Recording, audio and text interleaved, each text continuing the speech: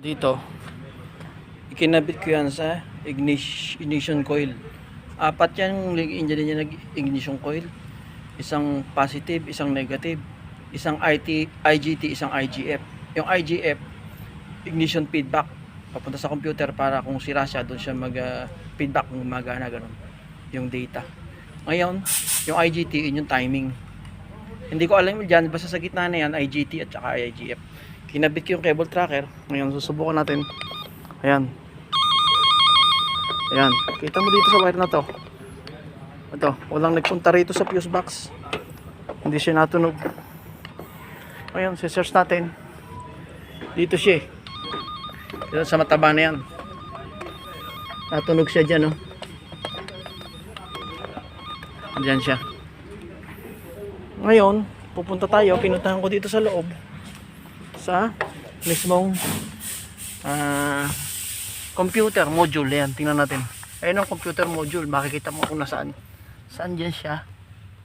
Saan dyan siya? Sa computer module na yan. Ayun yung apat na wiring. Pinunot ko yung pangatlo. Ayan. Tingnan nyo. Wala.